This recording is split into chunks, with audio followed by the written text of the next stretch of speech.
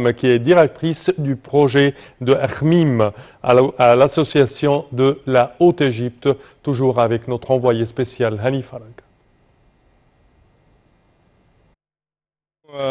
Sur l'initiative internationale et à partir de cette foire qui porte un titre tout à fait intéressant, notre patrimoine ou notre héritage même, Madame Loula Laham, directrice du projet Akhmim à l'association de la Haute-Égypte. Vous êtes la bienvenue sur l'initiative internationale. Merci beaucoup pour votre présence. Bonjour monsieur. Bonjour. Donc très rapidement, quelle est l'importance de cette foire? Cette foire rassemble des centaines d'artisans, des petits artisans qui n'ont pas d'autres possibilités d'exposer leur production artisanale. Donc il y a cela et il y a les associations caritatives qui ont des centres de production artisanale ou manuelle en Haute-Égypte ou au Delta. Oui. Donc c'est une occasion très importante pour que la présidence de la République et le gouvernement voient la production que font ces artisans. Oui. Justement, cela donc représente une opportunité pour ces artisans, mais encore cela représente une valeur ajoutée à l'économie égyptienne. Pourquoi ? Tout à fait, parce que l'économie égyptienne, il y a deux genres d'économie, l'économie officielle et l'économie, disons, qui n'est pas officielle. Okay. Donc la majorité des artisans ne font pas un travail qui peut compter dans la production de l'économie nationale. Donc il faut leur donner l'occasion de produire, de travailler, d'avoir une vie meilleure avec les rentrées qu'ils obtiennent de leur vente. Oui. Vous êtes une directrice d'un projet tout à fait intéressant qui touche la vie quotidienne des habitants de la ville d'Akhmim, qui se trouve dans le gouvernorat de Sohag à la Haute-Égypte. Donc comment, encore une fois, ça mène à améliorer la vie quotidienne de cette population locale? Okay. Le centre d'Akhmim appartient à une association qui existe depuis environ 80 ans. Une association qui a été formée spécialement pour faire du développement en Haute-Égypte, qui est supposée être la partie la plus démunie et la plus pauvre de l'Égypte en général. Donc il y a un taux d'analphabétisme très élevé, il y a un taux de pauvreté très élevé. Et il faut voir un moyen pour rendre la vie des gens meilleure. Donc un des moyens, c'était de leur permettre de venir dans un de nos centres, qui est justement Akhmim en Haute-Égypte, et pour pouvoir faire du travail productif.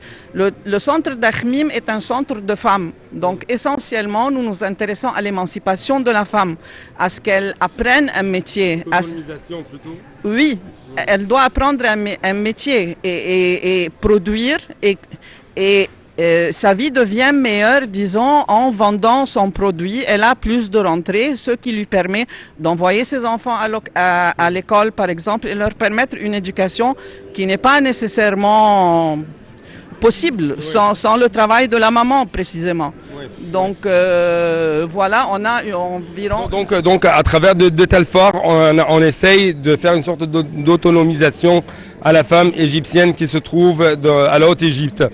Justement, encore une fois, la ville d'Akhmim est connue pour le tissage. Et aujourd'hui, qu'est-ce que vous présentez exactement? On présente le tissage et la broderie manuelle. Depuis le temps des pharaons, le tissage était le métier principal de cette ville. Et la broderie était le métier aussi, disons, pas secondaire, mais principal lui aussi. Et avec les ères de l'héritage égyptien, disons, pharaonique, grec, puis copte, puis islamique, les métiers sont restés les mêmes. Les tisserands produisaient et les brodeurs continuer leurs produits et les designs, les motifs artistiques changeaient selon l'héritage culturel de l'époque en question. Okay? Et puis elle a gardé ce métier parce que la ville d'Akhmim était du côté est de l'Égypte. Donc il y avait le Nil et dans le temps il n'y avait pas de pont. Donc les commerçants, les artisans sont restés avec leur métier pendant des centaines et des centaines et des centaines d'années. Donc la chose la plus normale pour une association qui cherche vraiment à faire développer les habitants du local là-bas, c'est de faire revivre ce métier. Parce qu'avec la mécanique, disons, et les appareils électroniques et tout ça, vraiment le tissage manuel allait disparaître. Et nous ne sommes pas la seule raison de le préserver, mais nous nous intéressons beaucoup à faire revivre cet art. Donc, d'après votre parole et d'après ce qu'on voit aujourd'hui, l'État est tout à fait soucieux de préserver, de sauvegarder cet héritage dont dispose bien sûr cette ville Akhmim à Sohag. Merci beaucoup pour de telles explications. Merci et bonne journée. Merci.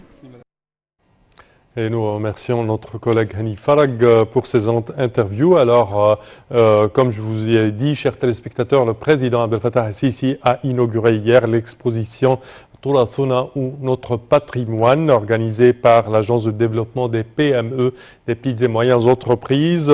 600 exposants et 45 ONG représentant tous les gouvernorats égyptiens participent à cette exposition.